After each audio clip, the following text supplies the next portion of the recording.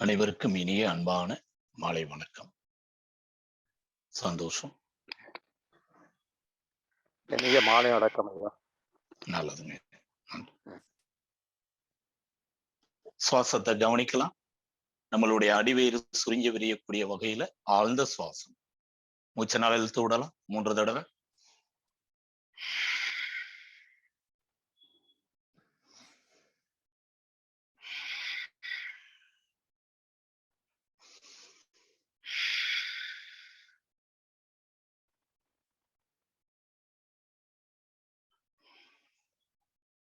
Relax.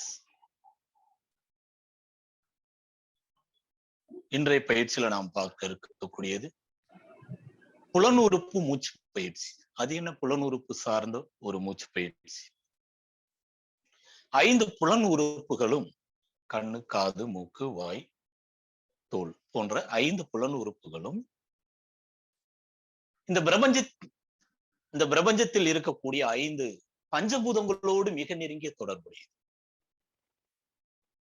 கண் என்பது ஆகாயத்தோடையும், காது என்பது நீர்பூதத்தோடையும், மூக்கு என்பது காற்று பூதத்தோடையும், வாய் என்பது நிலம்பூதத்தோடையும், நம்மளுடைய ஸ்கின் தோல் என்பது சூரியன் என்று சொல்லக்கூடிய நெருப்பு பூதத்தோடையும் தொடர்புடையது. அப்படிப்பட்ட 5 பூத சக்திகளையும் 5 புலன் உறுப்புகள் கிரகித்து நம்மளுடைய உயிருக்கு உணவாக மாறி உயிரை சுமந்து கொண்டு இந்த உடம்பில் தக்க வைப்பதற்காக போராடி கொண்டிருக்கக்கூடிய 5 பஞ்சபூத ராஜ உறுப்புகள் வலிமைப்படுத்தக்கூடிய ஆற்றலும் சக்தியும் வலிமையும் இந்த புலன் உறுப்புகளுக்கு உண்டு. இந்த 5 புலன் உறுப்புகளுக்கு ஒரு பிராண பயிற்சி, அதாவது மூச்சு பயிற்சி செய்தோம்னா அது உள்ளே இருக்கிற 5 பஞ்சபூத உறுப்புகளும் கிளர்ச்சி அடைந்து தன்னைத்தானே புதுப்பித்துக் கொள்வதற்கு ஒரு புற தூண்டுதலாக அமையும். அப்படிப்பட்ட புலனுறுப்பு சார்ந்த ஒரு மூச்சு பயிற்சி நம்ம பார்க்கலாம். ரெடி?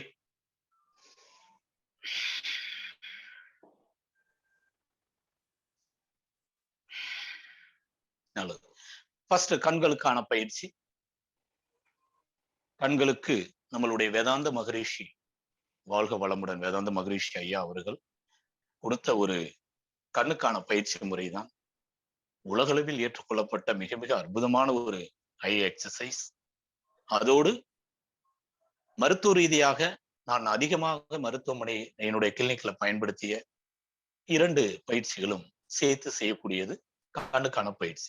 செய்யலாமா? ரெடி? ஸ்டார்ட்.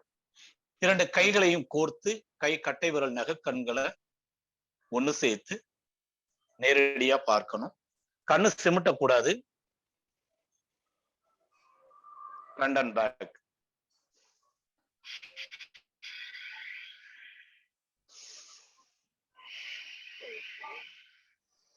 இந்த பயிற்சி செய்யும் போது சுவாசம் சீராக இருக்கணும். அது ரொம்ப ரொம்ப முக்கியம்.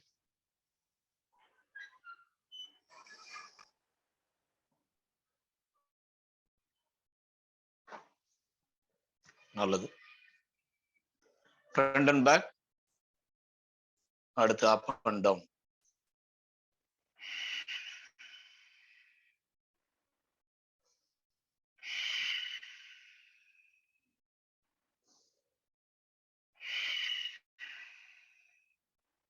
அடுத்தது லெஃப்ட் டு ரைட்.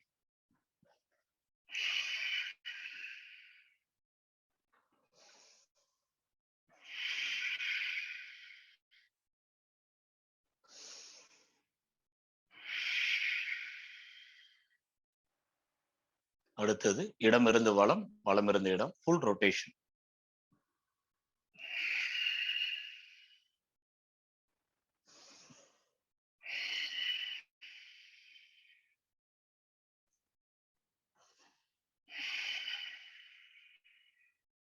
ஆப்போசிட்.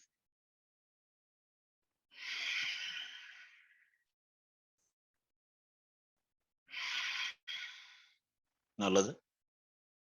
நிறைவா நான் அதிகமாக பயன்படுத்தக்கூடிய கண் பார்வை குறைபாடுகளுக்கு, கண்ணில் இரத்த அழுத்த நோய்கள் குணமாவதற்கும், ரெட்டினா நரம்புகள் தன்னைத்தானே புதுப்பித்துக் கொள்வதற்கும் மிக மிக அற்புதமான ஒரு எளிய கண் பயிற்சி தான் ஐபாலை ஃபுல் ஓபன் ஃபுல் க்ளோஸ் பண்றது.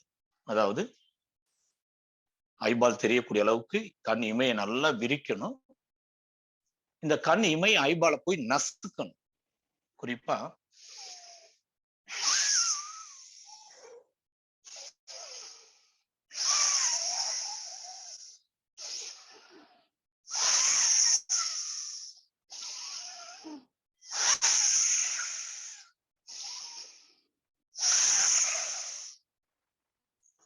ஒரு 5ல இருந்து 10 தடவை செஞ்சீங்கன்னா கண்ணெல்லாம் அப்படியே சமந்து போற மாதிரி வலிக்கிற மாதிரி ஒரு உணர்வு இருக்கும். வேலை செய்யாத கண் நரம்புகள் வேலை செய்யும். கண்ணோட லென்ஸ் சுருங்கி விரிந்து கிட்ட பார்வை தூர பார்வை சரியாகும். மிக மிக அற்புதமானது. இந்த எக்ஸசைஸ் செய்ய செய்ய கண்ணுல இன்னைக்கு ட்ரைனஸ் அதிகமாகி கண்ணீர் சுரப்பிகள் வேலை செய்யாமல் வறண்டு போகுது. இதுக்கு உலகத்தில் இன்னும் மருந்து கண்டுபிடிக்கல. இந்த எக்ஸசைஸ் மட்டும் போதும், அற்புதமா வேலை செய்யும். அடுத்தது நம்ம பார்க்க வேண்டியது காதுக்கான பயிற்சி. காதுக்கான பயிற்சி நம்மளுடைய உள்ளங்கை இரண்டையும் காதுல வச்சு கீழே இருந்து மேல் நோக்கி அக்குப்ரெஷர், மேலே இருந்து கீழ் நோக்கி acupressure. Ready? 1 2 3. Up and down செஞ்சோம். அடுத்து ஃப்ரண்ட் அண்ட் பேக் நல்லா பிரஸ் பண்ணணும். 1 2 3. அடுத்தது full rotation. Ready? 1 2. Opposite. 1 2. Relax. அடுத்தது நம்மளுடைய உள்ளங்கைய காத கொத்தக்கூடிய வகையில வச்சு ஃபுல்லா லாக் பண்ணி பிரஸ் பண்ணணும். எந்த ஓசையும் கேட்கக்கூடாது. கவனிக்கலாம்.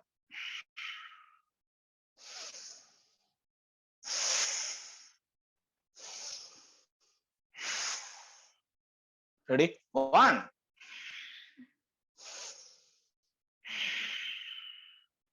2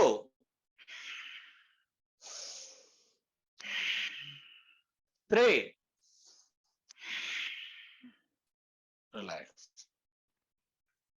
இந்த காதுக்கான பயிற்சி மூளை நரம்புகளை கிளர்ச்சி அடைய செய்யும். ரொம்ப ரொம்ப ரொம்ப அற்புதமானது. அடுத்தது மூக்குக்கான பயிற்சி என்பது நாம் ஒவ்வொரு தடவையும் சுவாசத்தை கவனித்து உள்ளிழுத்து வெளியிடக்கூடியதிலேயே நம்மளுடைய சுவாச பயிற்சி சீரடையும் என்பதால் மூக்குக்கு தனி பயிற்சி அவசியம் இல்லை. அடுத்து நம்ம பார்க்க வேண்டியது நம்மளுடைய தோலுக்கான பயிற்சி. நம்மளுடைய தோலுக்கு எப்படி பயிற்சி கொடுக்கிறது? உடம்பு முழுவதும் தேய்ச்சு அப்படி குளிக்கிற மாதிரி மசாஜ் பண்ணா சரியாகுமா அப்படின்னா, நம்மளுடைய கை விரல் கால் விரல் நகக்கண்களை தேய்த்து விட்டால் உடல் முழுவதும் அக்குப்ரெஷர் கொடுத்ததுக்கு சமமாகும். அக்குபஞ்சர் முறைப்படி ஜிங்கோல் பாயிண்ட் சொல்லக்கூடிய உள்ளே இருக்கிற 12 ராஜ உறுப்பினுடைய உயிர் சக்தி ஓட்டப்பாதை நகக்கண்ணில் தொடங்குகிறது, நகக்கண்ணில் வந்து முடிவடைகிறது. இந்த நகக்கண் என்பது நகத்துக்கான வேர் மட்டுமல்ல, தோலினுடைய திறப்பு வாயில். ஸ்கின் எங்க வந்து க்ளோஸ் ஆகுது அப்படின்னா, நம்ம உடம்புல இருக்கிற தோல் கை விரல் நகக்கண்களையும் கால் விரல் நகக்கண்களையும் வந்து முடிவடைகிறது. கண்ணு, காது, மூக்கு, வாய், நீர்த்தாரை, ஆசனவாய் இந்த பகுதிகளில் தோலில் அங்கும் தோல் வந்து குவிந்து ஒரு துவாரத்தை ஏற்படுத்துகிறது. அப்ப இந்த கைவிரல் நகக்கண்கள்ல இருக்கக்கூடிய புள்ளிகளை நாம் அதனுடைய விளிம்புல அக்குப்ரெஷர் தேய்ச்சி குடிச்சோம்னா, அந்த தேய்த்து விடும்போது உடல் முழுவதும் ஸ்கின் வந்து புதுப்பிக்கக்கூடிய தன்மை வாய்ந்தது. ரெடி? 1 2 3 4 5. அடுத்த கை. 1 2 3 4 5 அடுத்தது கால், கட்டை விரல். 1 2 மெட்டி விரல். 3 நடுவிரல், காலில் நடுவிரல். 2 3 அடுத்தது 4வது விரல், கால்ல 4வது விரல். 1 2 3 அடுத்து கால் சுண்டி விரல். 1 2 3 அடுத்த கால், கால் கட்டை விரல், நகக்கண் ஓரம், அக்குப்ரெஷர். 1 2 3 மெட்டி விரல்.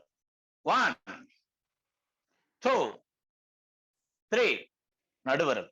1 2 3 4வது விரல். 1 2 3 5வது விரல்.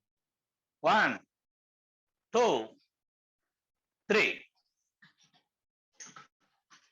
கை விரல் நகக்கண்களுக்கும் கால் விரல் நகக்கண்களுக்கும் கொடுத்த அக்குப்ரெஷர் முழு உடலினுடைய தோலுக்கு செய்த ஒரு பயிற்சி. அடுத்த 5 புலன் உறுப்புகள்ல நிறைவா வாய்க்குழிக்கான பயிற்சி. ரெடி? நிமிர்ந்து உட்கார்ந்துக்கலாம். வாய்க்குழியில வாயில தண்ணி இருக்கிறதா நீங்க கற்பனை பண்ணி அந்த தண்ணியை கொப்பளிக்கணும். அதாவது கார்கிள் பண்ணணும். எப்படி? இடது வலது ஃபுல்லாவே கொப்பளிக்கணும்.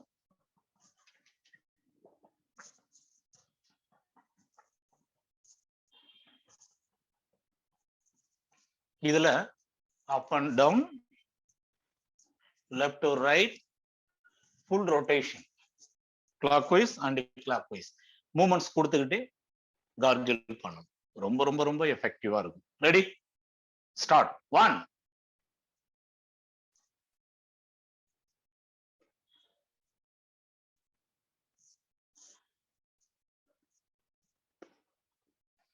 2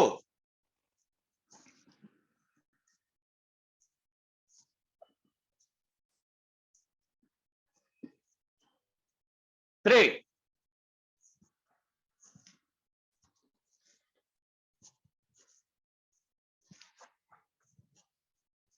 4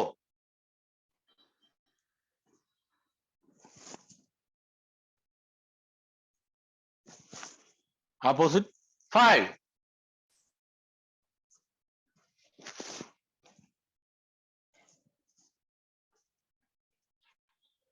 வாயெல்லாம் வலிக்கும். நல்லா வலிக்கணும். சிலர் சொல்லுவாங்களே வாய்களையே பேசுறேன்னு. இதை செஞ்சு பார்த்தா தெரியும். வாய்களையெல்லாம் பேசவே முடியாது, பேச்சே வராது. இந்த முக தசைகளுக்கு கொடுக்கிற அந்த பயிற்சி முகம் பொலிவு பெறும், அழகு பெறும். அதை தாண்டி ரொம்ப ரொம்ப முக்கியமா தொண்டைக்குழி, மூச்சுக்குழல் நன்றாக சுருங்கி விரிந்து இரண்டினுடைய சுருக்க தசைகள் சுருங்கி விரிவதற்கு துணை புரியக்கூடிய துடுப்பு ஒண்ணு இருக்கு. மூச்சு காத்து உள்ளே இழுக்கும் போது உணவு குழலை மூடிவிடும். உணவு உள்ளே விழுங்கும் போது மூச்சுக்குழலை மூடிவிடும். அதற்கான ஒரு துடுப்பு. அது ஒழுங்காக வேலை செய்யும். வலது பக்க சூரிய நாடி, இடது பக்க சந்திர நாடி, மையத்தில் சமான நாடி, 3 நாடும் சந்திக்கக்கூடிய இந்த தொண்டைக்குழி நன்றாக சுருங்கி விரியும். வாய்க்குழி சுருங்கி விரியும் போது முத்தோஷங்களும் சமநிலை பெறும். அவ்வளவு அற்புதமானது. யாரு இந்த கார்கிள் செய்யக்கூடிய பயிற்சி செய்யறாங்களோ அவங்களுக்கு பிரைன் டியூமர் வராது, பிபி இருக்காது, அல்சர் வராது, கேன்சர் வராது, இருதய மாரடைப்பு வராது, நிறைய பாதிப்புகள் வராது, முகவாதம், பக்கவாதம் வராது. அவ்வளவு அற்புதமான ஒரு பயிற்சிகள் தான் இந்த புலனுறுப்பு பயிற்சி. தொடர்ந்து செஞ்சீங்கன்னா ரொம்ப ரொம்ப நல்லது.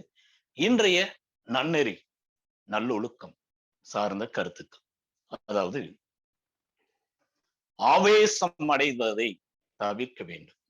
ஆவேசம், அது என்ன ஆவேசம்? பதஷ்டப்பட்டு ஜீரணிக்க முடியாம எந்த ஒரு விஷயத்துக்கும் அளவுக்கு அதிகமாக இமோஷனல் ஆகுது, கோவப்படுறது, ஆவேசம். அது எப்படி சொல்லலாம்? அது எப்படி நடக்கலாம்? செய்யா தப்பு நானா செஞ்சேன்னு எப்படி சொல்லலாம் அப்படின்னு ஆக்ரோஷம், ஆணவம். அந்த ஆணவத்தினோட உச்சம் ஆவேசம். ஆவேசம் அடைவது. இந்த ஆவேசம் என்பது அழிவை தரும். எந்த ஒரு உணர்ச்சி வயத்தையும் இந்த மனசு ஜீரணிக்கவில்லையோ அது ஆவேசம் அடைந்து தன்னையும் அழிக்கும், பிறரையும் அழிக்கும். அப்ப சூடு சொரணை எதுவுமே இருக்கக்கூடாதா? ஒருத்தவங்க ஒண்ணு சொல்லும் போது நீங்க ஆவேசம் அடைஞ்சா உங்களுக்கு சூடு சொரணை எல்லாம் இருக்குன்னு அர்த்தமா? கிடையாது. ஒருத்தவங்க ஒண்ணு சொல்றதுக்கு என்ன காரணம்னு நீங்க அதை ஆராய்ந்து அதுக்கான சொல்யூஷனை நீங்க செஞ்சீங்கன்னா அதுதான் உங்களுக்கு சூடு சொரணை எல்லாம் இருந்திருக்கு. அதை கரெக்டா சால்வ் பண்ணிட்டீங்கன்னா அர்த்தம். நாம தப்பா என்ன புரிஞ்சுக்கணும்னா யாரு என்ன சொன்னாலும் உடனே பதில் சொல்லிடணும், பேசிடணும். இல்லைன்னா நம்மளை தப்பா நினைப்பாங்க.